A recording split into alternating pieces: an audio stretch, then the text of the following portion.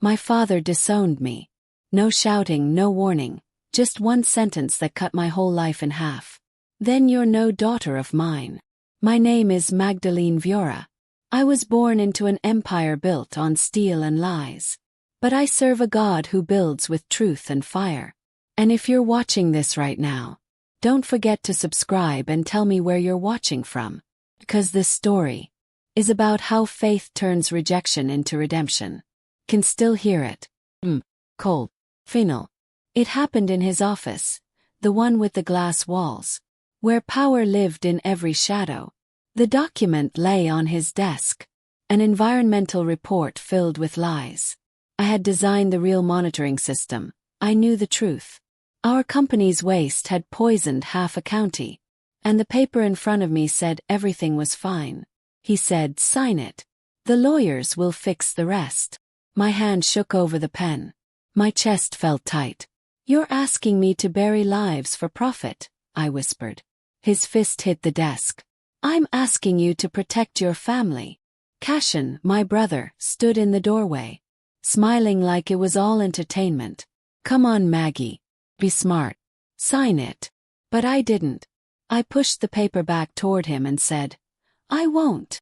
That's when he stood, buttoned his jacket, and said those 7 words. "Then you're no daughter of mine." He pressed the intercom. "Security. Escort Ms. Viora out." Not Maggie. Not my daughter. Just Ms. Viora. As the guards walked me out, I passed the family crest, gold and proud on the door, and whispered to myself, "You can't lose what was never love." That was the day I lost my name, my inheritance, and everything I thought was family. But it was also the day something else was born. The strength to stand alone. 2 days before my father disowned me, we were all sitting at Sunday brunch under the glass roof of the Viora mansion. Back then I still thought family time meant something. Dad sat at the head of the table, his gold cufflinks flashing as servants poured more coffee. Cashin poured champagne for everyone except me. Selira scrolled on her phone, too busy taking selfies to notice I hadn't touched my plate. Then Cashin stood smirking. "A toast," he said. "To Maggie, our family's saint, and our PR nightmare." Laughter. Sharp, practiced, expensive laughter. Even Selira snorted into her mimosa. I tried to laugh with them, but the sound caught in my throat. Dad didn't stop them. He leaned back, eyes cold as steel, and said, "Holiness doesn't build empires." That sentence, it didn't just sting, hollowed me out. I forced a smile, whispered something about needing air, and stood up before my voice could break. As I reached the hallway, I heard Cashin's voice, low but clear. "She'll sign eventually. They always do." I turned around. Not this time. They laughed again, but that time I meant every word. That brunch, 2 days before I lost my name, was the moment I realized I was never part of the Viora family. I was their conscience, and they hated me for it. That night my access card stopped working. No warning, no message. Just a red light that blinked denied over and over. I tried my office door locked. My apartment key useless. Down in the lobby, 2 security men waited beside brown boxes stacked neatly on the marble floor. Everything I owned fit inside them. My Bible, 2 framed photos, and a half-finished cup of coffee still on my desk. No goodbye. No explanation. Just exile. One of the guards looked at me with pity. "Orders from Mr. Viora," he said softly. My throat tightened. "He didn't even call." The man shook his head. "Said you'd understand." As the elevator doors closed behind me, Cashin's voice carried across the lobby like poison. "Dad says faith doesn't pay rent. Guess you'll find out." He laughed, that cruel, careless laugh that used to make me shrink. But this time I didn't answer. Outside, the rain hit like shards of glass. I carried my boxes 3 blocks to a cheap motel that smelled like dust and old secrets. The manager didn't recognize my last name, and somehow that was a relief. In the bathroom mirror I looked like someone else. My hair clung to my face. My mascara ran down like war paint. For the first time, Magdalene Viora, the billionaire's daughter, was gone. And maybe that was the point. I sat on the thin bed, opened my Bible, pages damp from the rain, and whispered, "Lord, what now?" There was no answer. Just the hum of the air conditioner and the ache in my chest. But somehow even the silence felt sacred. Like heaven was listening. Just waiting for me to stop crying long enough to hear. The tabloids called me the fallen heiress. Viora daughter rebels against father's empire. From mansions to motels. Each headline was louder than the last. Every photo showed me mid-blink, mid-tear. Like they wanted to capture the exact moment I fell from grace. My phone wouldn't stop buzzing. Old friends, reporters, even ex-colleagues I hadn't spoken to in years. Some sent fake concern. "Hey, just checking in." Others wanted stories. I deleted every message. When I tried to apply for jobs, no one called back. Every company saw my last name and went silent. The Viora shadow followed me everywhere. I wasn't just jobless, I was branded. Weeks passed. The money ran low. I sold my jewelry, canceled my cards, and stopped checking my phone. Some nights, I stared at the motel's ceiling and whispered, "Was I wrong for telling the truth?" But God was silent. And still, somehow, I believed He was listening. One afternoon, I found a flyer for a community center looking for tutors. $10 an hour. No fancy titles. No interviews. Just kids who needed help. That first day, one of them, a tiny girl named Hannah, ran up and hugged me around the waist. "Hi, Miss M," she said. "Miss M. Not Miss Viora. Miss me." For the first time in months, I felt free. We learned math with broken pencils, laughed over snacks, and painted dream houses that had no walls. One night, Hannah looked up from her workbook and asked, "Miss M, why do grown-ups lie?" The question hit me harder than any headline. I smiled sadly and said, "Because sometimes they forget who they are." She nodded like she understood, and went back to coloring the sky bright pink. That night, I walked home under the streetlights, cold wind biting my face. My shoes soaked, my spirit tired, but my heart strangely full. I dropped my bag on the bed, looked out the window at the city that had forgotten me, and whispered through tears, "God, don't let me forget who I am." Just then my phone buzzed on the nightstand. One new message from an unknown number. 3 words glowed on the screen. "We need you." And for the first time in a long time, hope didn't feel so far away. Months turned into seasons. Bills piled higher, and my pride grew thinner than paper. But somehow I found a new rhythm. Morning prayers that steadied my heart, evening classes that filled my mind, and a quiet peace in the little things.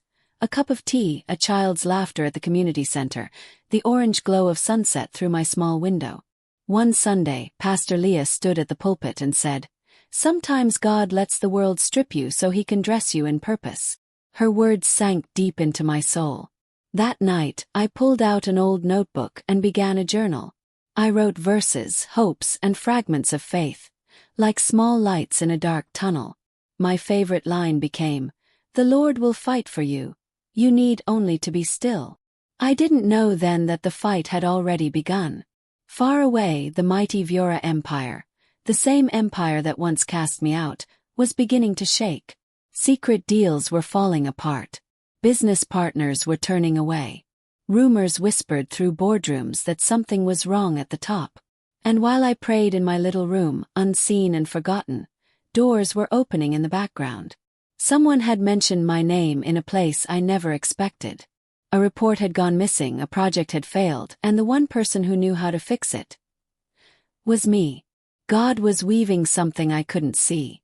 What looked like loss was actually preparation.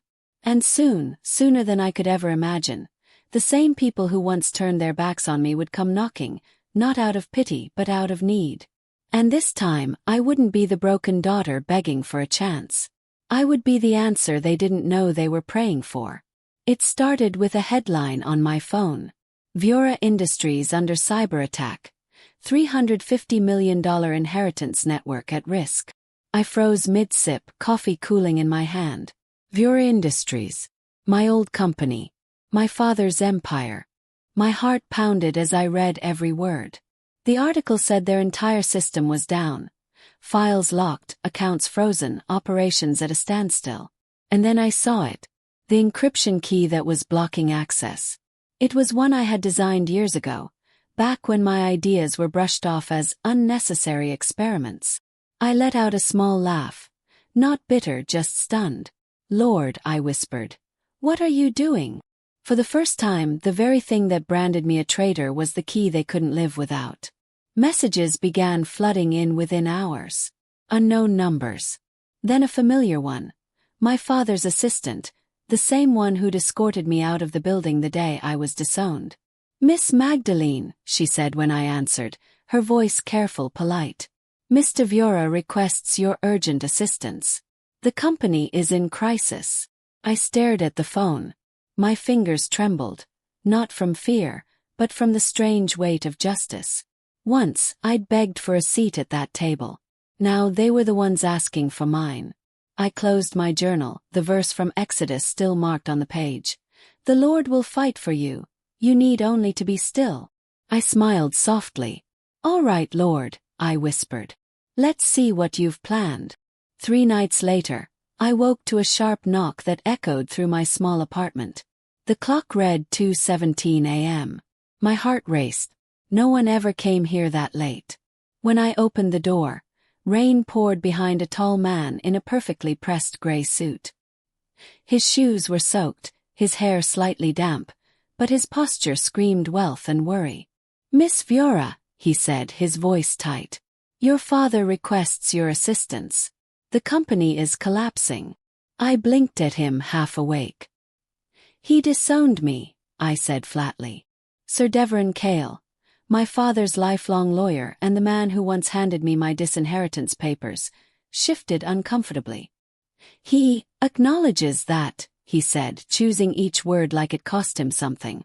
"But he believes only you can restore the network. The inheritance files are locked. Investors are panicking. If this continues, everything falls." Lightning flashed behind him, casting his face in silver light. For a moment I saw it, the reflection of power stripped bare. The proud empire that had called me a disgrace was now begging the same disgrace for help. I almost laughed, but the sound caught in my throat.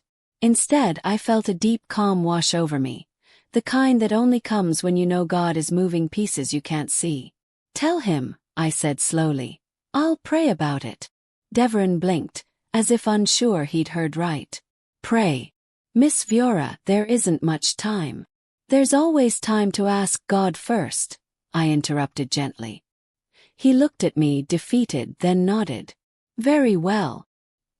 He handed me a sealed envelope, gold-trimmed, embossed with the Vura crest.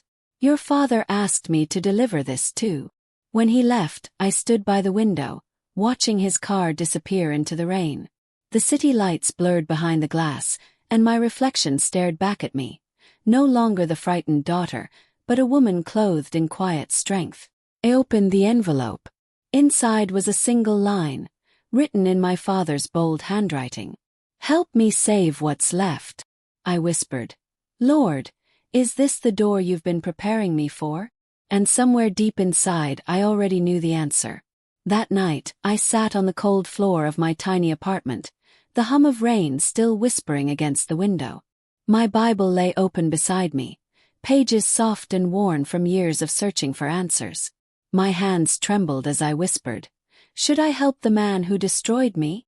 The room was silent, so silent I could hear my heartbeat. Then, deep inside, a calm voice rose above the noise of my thoughts. "This battle isn't yours." Closed my eyes. Tears slipped down, not from pain this time, but from release. God wasn't asking me to fight for revenge. He was asking me to stand still and let him finish what he started. But forgiveness didn't mean foolishness. I wiped my face, stood up, and pulled my laptop onto the table. If I was going back, I'd do it with wisdom. No more blind trust. No more silence. I typed for hours, drafting my own terms, Clear, strong, impossible to twist. Full transparency. Full authority. No interference. If they wanted my help, I wouldn't be the obedient daughter following orders. I would be the strategist, the woman they dismissed, the one God had rebuilt in secret. Before sending the message, I hesitated. A part of me still remembered the sting of my father's last words. Then you're no daughter of mine. But another part remembered what Pastor Leah had said. Sometimes God lets the world strip you so he can dress you in purpose. Maybe this was that moment. I picked up my phone and typed slowly. Tell him I'll come. But on my terms. I hit send and leaned back, heart pounding. Almost instantly the 3 dots appeared. Devon typing. Then his reply came. Understood. A car will pick you up at dawn. I stared at the screen, half in disbelief. It was really happening. Somewhere between heartbreak and healing, God had written a plot twist I never saw coming. Walking into Viora headquarters again felt like stepping into a ghost that remembered my name. Everything looked the same. The shining glass walls, the hum of printers, the scent of expensive coffee that once made me feel small and out of place. But this time I walked taller. I wasn't the daughter begging for approval. I was the woman they needed. Whispers followed me as I passed through the lobby. A few employees froze mid-step, pretending not to stare. Some looked shocked. Others looked afraid. My name, once erased from every company record, was suddenly back on everyone's lips. When I entered the conference room, Cashin was the first to react. He turned and his jaw dropped. Cashin, my older brother, my father's golden child, the heir to everything that was once mine. You, he spat, his voice sharp with disbelief. Dad's desperate. I gave him a calm smile. Apparently, God uses desperation well. A few of the board members shifted uncomfortably. Cashin opened his mouth again, but before he could speak, the door opened, and my father walked in. Ariston Viora looked smaller. The proud man who once ruled over every room now seemed buried under the weight of his own empire. His gray suit hung loose, his eyes were tired, and his voice, when he finally spoke, was quieter than I'd ever heard it. Just fix it, he said, sinking into the chair at the head of the table. No speeches. No drama. Just fix it. I studied him for a moment. There was no warmth in his tone, but there was something else. Something like regret hiding behind the steel. I nodded slowly. You'll get your files, I said, setting down my laptop. But truth doesn't stay buried forever, Father. You might want to prepare for what comes after the system reboots. His gaze flickered. For a second I saw fear, real fear, in his eyes. Then he looked away. As I powered up the computer, the room filled with a tense silence. They thought I was there to save their data. But what they didn't know was that inside those locked files were secrets. Secrets that could break everything. And God had just handed me the key. Days blurred into nights as I buried myself in work. The office lights glowed long after everyone else had gone home. I sat alone, tracing corrupted files, restoring old backups, and piecing together fragments of broken code like a puzzle only I could solve. Coffee cups piled beside me, and my reflection in the glass wall looked more like a ghost each night.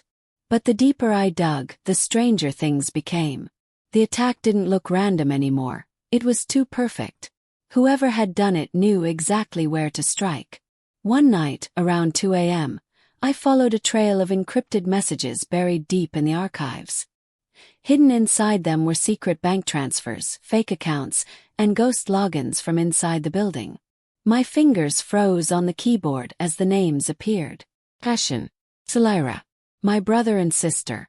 My heart thudded hard against my ribs. No, I whispered. But the proof was there. Dates, signatures, security keys that only top executives had. They hadn't just betrayed Father. They had betrayed everything. It wasn't hackers from outside. It was the ones sitting at the family table. I leaned back, the room spinning. Memories flooded in. Cashin's arrogance, Salira's cold smile when I was disowned. They had always seen me as a threat. Maybe the cyber attack was never about money, it was about control. If the system collapsed, They could rebuild it under their names, take everything and erase me for good. I shut my laptop slowly and looked out the window. Storm clouds rolled in, lightning flickering like a warning across the sky. "Lord," I whispered, voice trembling, "is this the justice you meant?" Thunder cracked so loud it shook the glass. I wasn't afraid. I felt something greater, a strange, holy calm. This wasn't vengeance. It was revelation. God wasn't just restoring what I lost. He was exposing what had been hidden all along. I sat alone in the dim data room, the hum of the servers filling the silence like ghosts whispering secrets from years ago. The glow from my screen painted my face in pale blue light as lines of code raced past. I had spent hours digging through the wreckage of corrupted files, but then, suddenly, it appeared. My breath caught. Clicked it open. One by one, the hidden transactions unfolded before me. Money rerouted into a shell company overseas. Fake invoices. Encrypted authorizations. And right there, buried in the metadata, Salira's digital signature approving it all. My pulse quickened. My hands trembled on the keyboard. I whispered, "Lord, they framed me to cover their tracks." For years, I had carried the shame of being called a thief, a traitor. They had accused me of tampering with files, of betraying the company, and Father had believed them. All this time I thought my silence had made me weak, that my faith had made me foolish. But in that cold humming room I realized something powerful. Integrity ages well. Lies don't. Truth doesn't rust. I leaned back and stared at the ceiling, blinking back tears that felt like both grief and freedom. Then I moved carefully, copying every file, every encrypted message, every signature onto a secure drive. I named it Restoration. Not revenge. Not exposure. Restoration. When the copy finished, I closed the laptop gently and placed my hand over it. "Lord," I prayed softly, "give me wisdom, not wrath. Let truth speak louder than anger." Just then the door behind me creaked open. I turned, and there stood Deveron Cale, my father's lawyer. His face pale as he looked at the screen. He had seen enough to know. He met my eyes and whispered, "You found it, didn't you?" And I realized the storm wasn't coming. It had already begun. The next morning, the air inside the Viora boardroom felt heavy, like the walls themselves remembered every cruel word, every smirk, every whispered doubt I'd once endured there. The same men who had laughed when I was escorted out years ago now sat stiff and silent as I connected my laptop to the screen. I could feel their eyes on me, weighing, judging, wondering if I could really fix the empire they had built on arrogance and secrets. I straightened my blazer, took a steady breath and said calmly, "The system's back online." A wave of relief swept across the room. Shoulders relaxed, murmurs rose, and one of the directors even clapped softly. My father exhaled, his hand pressed to his forehead, the faintest trace of gratitude in his eyes. But I didn't close my laptop. "There's something else you should see," I said quietly. The room fell still again. Tapped a few keys. The screen flickered. Then the graphs and financial dashboards vanished, replaced by folders labeled transfers, shell accounts, and executive access logs. Then came the numbers. Millions funneled through hidden channels. Signatures. Digital fingerprints that couldn't lie. Passion. Salira. The silence that followed could have shattered glass. My siblings' faces drained of color. Salira's lips parted, but no words came out. Cashin jumped to his feet, his voice breaking the stillness like thunder. "You can't prove this," he barked, his jaw tight, eyes darting to Father, desperate. I didn't flinch. I picked up a folder from the table and handed it to the company's legal counsel. "I already did," I said softly. "Every transfer, every login, every line of code is time-stamped and verified." A few board members exchanged stunned looks. My father's expression was unreadable, part disbelief, part heartbreak. Cashin slammed his fist on the table. "You think you can ruin us?" I met his glare with calm strength. "You did that yourself." Then I turned, gathered my things and walked out. My heels clicked against the marble floor, each step echoing louder than applause. For the first time, no one tried to stop me. No one dared to speak. As the elevator doors closed behind me, I caught my reflection in the mirrored walls. The girl they had thrown away was gone.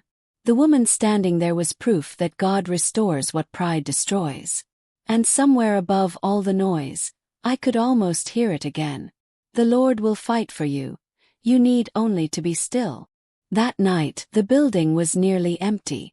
Only the low buzz of the air conditioner filled the silence. I was packing up files in my small temporary office when the door burst open so hard it slammed against the wall. Cashin stood there, rain dripping from his coat, fury burning in his eyes. "You think this makes you righteous?" he shouted, his voice echoing off the glass walls.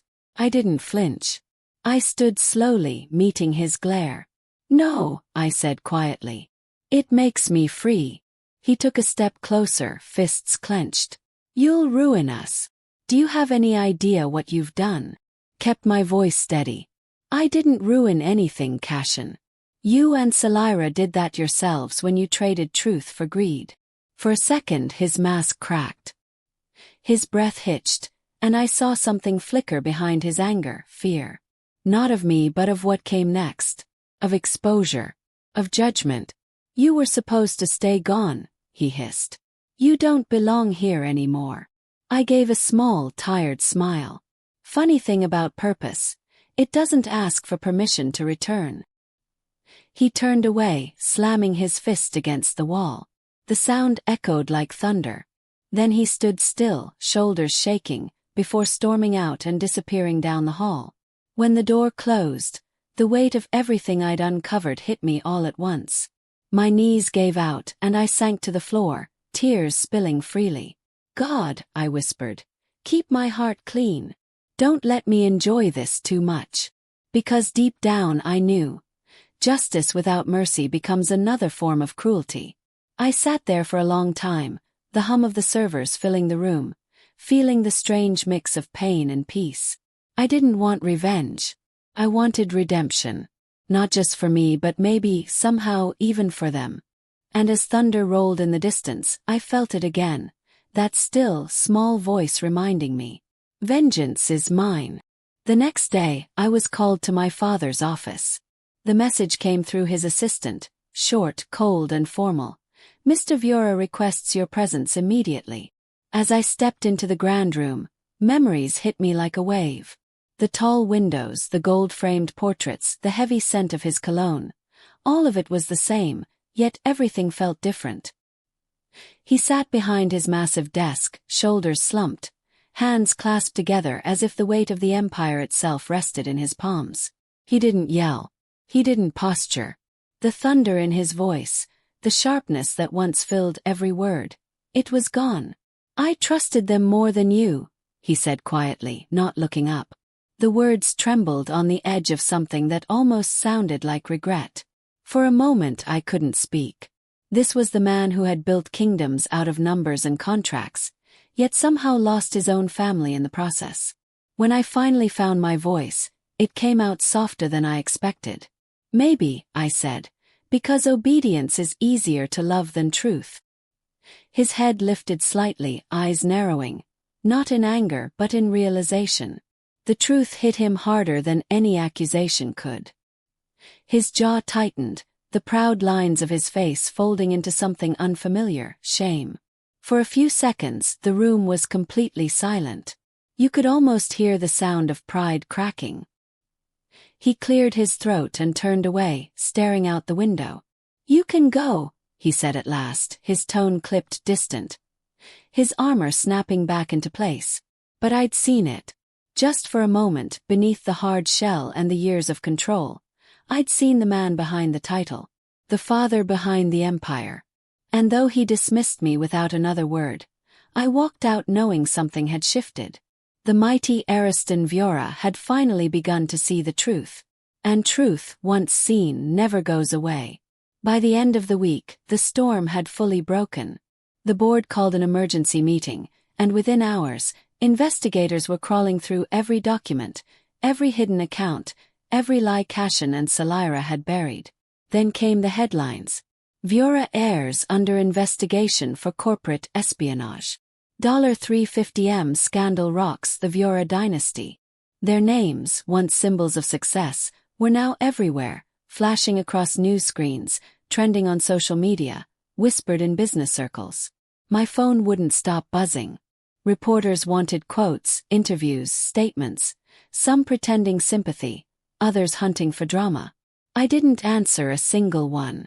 Instead, that evening, I slipped quietly into my small neighborhood church. The lights were dim, the pews mostly empty, the air warm with a faint scent of candle wax and old wood. I sat in the back row, the same spot where I'd once cried after losing everything, and this time I lifted my hands in gratitude. Tears streamed down my face, not from pain but from relief. "Thank you, Lord," I whispered, voice breaking, "for fighting battles I couldn't."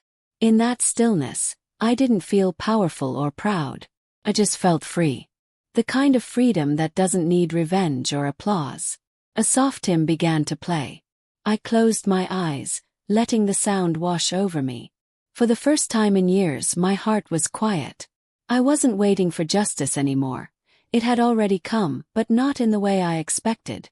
It came wrapped in mercy, in truth, in peace that didn't need to be seen to be real. As I sat there, I felt something shift deep inside, like God whispering, "This chapter isn't your punishment. It's your preparation." The story wasn't over. There were still headlines, still consequences, still hearts to heal. But for the first time, I wasn't afraid of how it would end. Because I finally knew who was writing it. She found me in the lobby, her sunglasses hiding tears and her shoulders hunched like she was carrying a mountain. "Maggie, they're freezing my accounts," she whispered, voice shaking like a leaf in the wind. I blinked. This was Salira, my older sister. The one who used to laugh at my prayers and call me Little Saint. Now she looked like a scared child lost in a storm. I pointed to the chair across from me. She hesitated, then dropped into it like her legs had given up. Her hands trembled as she clutched her purse, knuckles white. "Cashin said it would just scare Dad," she said, eyes darting around like someone was watching. "He promised we'd fix it. He said it was just a bluff." I leaned forward. "You don't need my forgiveness, Salira. You need your own." She looked up, eyes wide behind her glasses. "How do you live with peace after everything?" I smiled gently. "I stopped trying to win." She nodded slowly. "I want to fix things, Maggie. I want to start over." Just then, a man in a dark suit walked into the lobby. He scanned the room, then locked eyes with Salira. Her grip tightened on my hand. "That's Agent Rowe," she said. "He's here for me." I stood up. "Then let's face this together." She rose beside me, shaky but stronger than before. As Agent Rowe approached, Salira took off her sunglasses and wiped her tears. For the first time in years I saw my sister. Not the proud mask but the real her. And maybe, just maybe, that was the beginning of something new. The next day everything changed. Security guards walked Cashin out of the building. His suit was still perfect, but his face wasn't. It was pale, tight, like he was holding back a scream. Cameras flashed like lightning. Reporters shouted questions, their voices sharp and hungry. I stood behind the glass wall on the second floor, watching it all.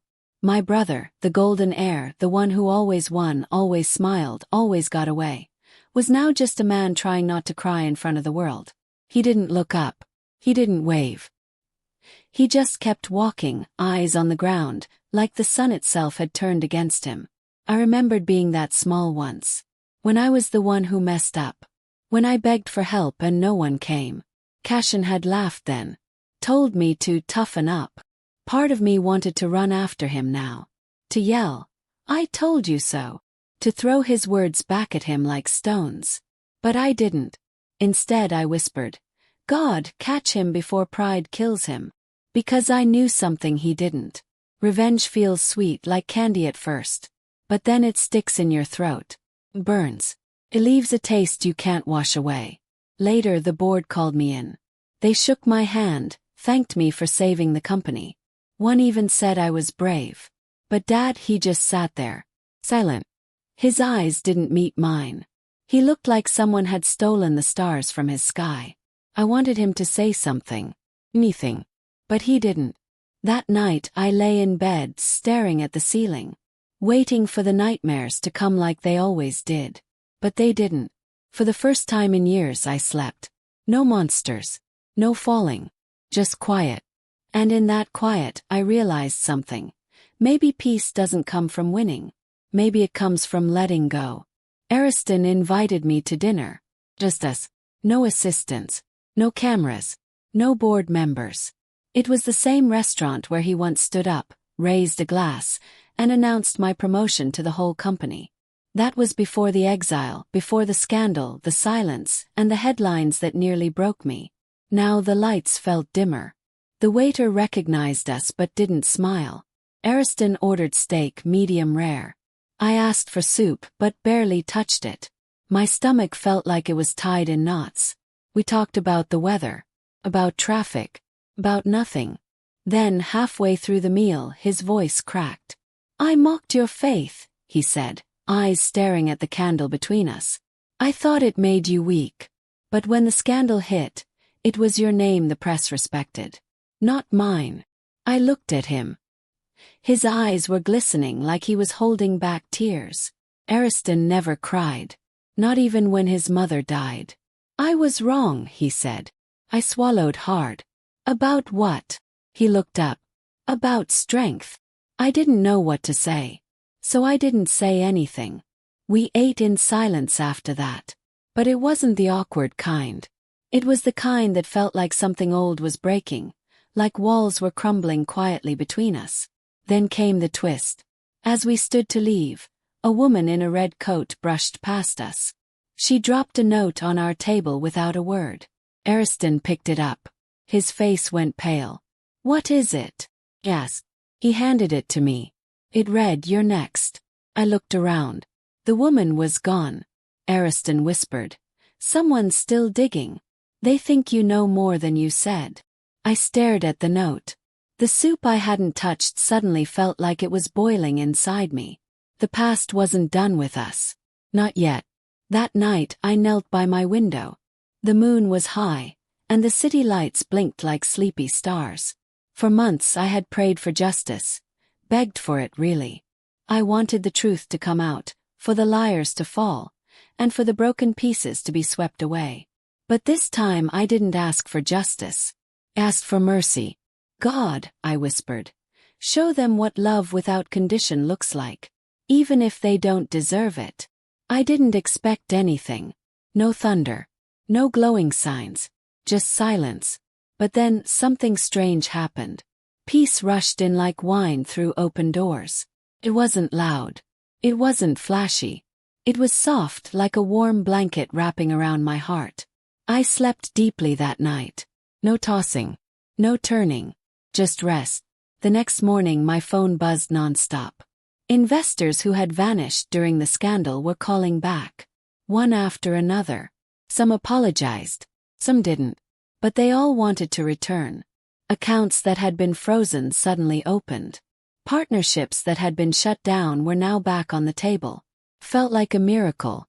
I stood in my office, watching the sun rise over the city. I smiled and whispered, "So that's how you fight, Lord," quietly, perfectly. No lightning. No drama. Just doors opening in places no human hand could reach. Then came the twist. A letter arrived. No stamp. No return address. Just my name written in gold ink. Inside was a note. "Mercy is only the beginning. The real test is coming." I stared at it, heart pounding. What test? Who sent it? I didn't know. But I folded the note and placed it in my drawer. Because whatever was coming, I wasn't alone anymore. 2 weeks later, Dad stood in front of the employees. The big conference room was packed. Reporters, board members, even the janitor stood in the back, watching. Dad cleared his throat. His voice wavered like a shaky bridge. "My daughter saved not just this company, but me." He looked straight at me. Not past me. Not through me. Me. Applause exploded like fireworks. Cameras flashed. People cheered. Some even cried. But I didn't smile. I didn't wave. I just stood there feeling still. Like the storm had passed and I was finally standing in the quiet. Afterwards, Dad found me in the hallway. His steps were slow, like he was carrying something heavy inside. He leaned close and whispered, "You prayed, didn't you?" He nodded. He looked down, then back at me. "Then thank your God for giving me back my soul." And blinked. Dad never talked about souls. He talked about stocks, deals, and deadlines. But not souls. That's when I realized. The miracle wasn't restoring $350 million. It was restoring a heart made of stone. Then came the twist. As we walked back to his office, a woman stepped out of the elevator. She wore a gray suit and held a folder marked confidential. "Mr. Holden," she said, "I'm from Internal Affairs. We need to talk about the missing files from the Cashin case." Dad froze. His face went pale. "What files?" "Yes." She looked at me. "The ones that disappeared the night before Cashin was arrested." Dad didn't speak. I felt the stillness crack. The miracle had come, but the truth wasn't finished. The courtroom felt colder than any boardroom I'd ever sat in. Not because of the air, but because of the weight in the room, like everyone was holding their breath. Cashin and Salira sat across from me. Cameras flashed like lightning, reporters scribbled notes, and the buzz of whispers filled the air. Cashin's jaw was tight, his eyes fixed on the table. Salira's hands shook as she wiped silent tears from her cheeks. I had been called as the whistleblower. The one who told the truth. The one who broke the silence. Funny, I thought. I used to be the quiet one in the family. When the judge asked for my statement, I stood slowly. My heart pounded, but my voice was steady. "Truth has already spoken," I said. "I'm only here so it can be heard." The room went still. Even the cameras paused. Cashin didn't look at me. Not once. Salira tried, but her eyes dropped the moment mine met hers. Then came the verdict. Restitution. Probation. Loss of titles. No prison time. Just exposure. Their names would be in the news for months. Their reputations, once golden, now cracked and stained. Sometimes light is punishment enough. As we walked out, my lawyer leaned in and whispered, "You could have asked for everything. Money. Control. Revenge." I shook my head. I already got what I came for, peace. But just as we stepped into the hallway, a man in a gray coat brushed past me. He slipped something into my pocket without a word. I reached in and pulled out a folded note. It read, "The truth you told wasn't the whole truth. Someone else is still hiding." My breath caught. I turned, but the man was gone. Cashin and Salira were still inside. But now I wondered, was there someone else behind it all? The case was closed. But the story wasn't over. Days later, a letter arrived in an envelope made of thick cream paper. It looked fancy, like something from a royal palace. My name was written in gold ink, and the handwriting was familiar. Inside was a note. "My dearest Maggie, you were right. I built kingdoms but forgot the only one that mattered. Family. I'm stepping down. The company is yours if you'll have it." I read it twice. My heart trembled like a leaf in the wind. I didn't want his throne. I wanted his honesty. I wanted the truth he never gave me when I needed it most. Still, I met him the next morning. He was waiting in the garden behind the office building. The same place where he used to take calls and bark orders. But now he looked smaller. Not weak, just human. "I've made mistakes," he said, voice low. "But you'll lead better than I ever did." Smiled. "Only if I follow better than you ever tried." He chuckled. I did too. It wasn't loud. It wasn't forced. It was soft, like two people who had survived a storm and were finally seeing the sun. He reached into his coat and pulled out a second envelope. "This one's not for you," he said. "It's for Cashin." I frowned. "Why?" "Because I'm giving him a choice," Dad said. "He can walk away forever, or come back and earn his place." I stared at the envelope. Do you think he'll choose right? Dad looked at me. I don't know. But I'm finally letting go. We stood there in silence, the wind brushing past us like a whisper. That day, I didn't just inherit a company. I inherited a chance to rebuild something deeper. Reporters called it the Viora Resurrection. They printed headlines with glowing words and dramatic photos. Some even called me a hero. But I didn't see it that way. Called it stewardship. I wasn't trying to be famous. I was trying to fix what had been broken for years. I reopened the local plants, the ones my father had shut down when profits dipped. But this time I added ethical reforms. No more shady deals. No more ignored safety rules. I hired back workers my father once dismissed. Some were surprised. Some were angry. But most were grateful. One man cried when I handed him his badge. He said, "I thought people like me didn't get second chances." I started a transparency fund. Every dollar spent was tracked. Every decision was explained. Investors thought it was just a PR stunt. A way to look good in the news. But I knew better. It was penance. Each morning before I turned on the lights in my office, I knelt by the window and prayed. "Lord," I whispered, "let power never harden what pain once softened." And somehow profits rose. Higher than before. Higher than anyone expected. Even Dad, who once said feelings had no place in business, walked into my office one afternoon, looked around and said, "Maybe righteousness does pay dividends." Smiled. But I didn't say anything. One day, a young intern knocked on my door. She held a folder and looked nervous. "There's something you need to see," she said. Inside the folder were old contracts, ones signed years ago. They showed secret payments to a foreign account. The name on the account, Passion. I stared at the papers. My hands went cold. The resurrection wasn't complete. Not yet. There were still ghosts hiding in the walls. From the very first profit cycle I made a promise to myself. And to something bigger than myself. I donated 10% to a dream. The House of Restoration, a program for abandoned women and children. Not just a shelter, but a place where broken hearts could begin to heal. We painted the walls soft yellow. Planted flowers by the windows. Filled the rooms with books, blankets, and hope. It wasn't perfect, but it was honest. On opening day, the first visitor wasn't a stranger. It was Celira. She stood in the hallway, her eyes red and puffy. Her hands clutched a folder, but she didn't speak right away. "I want to help," she said finally. "If you'll let me." I looked at her. My sister, once proud and distant, now standing like someone who'd walked through fire. He nodded. "You're already forgiven. The rest is earned." She dropped the folder and hugged me. We didn't cry. We didn't speak. We just held each other. Two bruised souls rebuilding on truth instead of pride. That's when I realized something important. Redemption isn't always a miracle. Sometimes it's maintenance. Like watering a garden. Like showing up every day even when it's hard.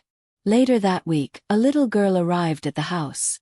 She had no shoes, no parents, and no name she could remember. Celira knelt beside her and asked gently, "Do you want to stay here?" The girl nodded. Celira smiled and said, "Then we'll call you Hope." I watched them walk down the hallway together, hand in hand. And in that moment I knew. The house wasn't just restoring others. It was restoring us. A year later, I stood on the same balcony where my father once dismissed me. Back then, I had walked away with tears in my eyes and a storm in my chest. Now, the city glittered below like a sea of stars. Dawn painted the glass towers gold, as if the sky itself was celebrating something new. Dad joined me quietly. His hair was grayer, his shoulders softer. He didn't wear his usual sharp suit, just a sweater and a tired smile. "You turned exile into empire," he murmured. His voice rough like gravel but warm. Smiled. "No, God did. I just didn't get in his way." We stood there for a long time saying nothing. The silence wasn't heavy. It was peaceful like the calm after a long rain. Dad reached into his coat and handed me a small velvet box. "What's this?" I asked. "Something I should have given you years ago," he said. Inside was a ring. Not just any ring. His old signet ring. The one he wore when he built the company. The one he never took off. "I had it resized," he said. "It's yours now. Not because of blood. Because of character." I stared at it, heart pounding. Then I looked into the sunrise and spoke the words that became the story's closing line.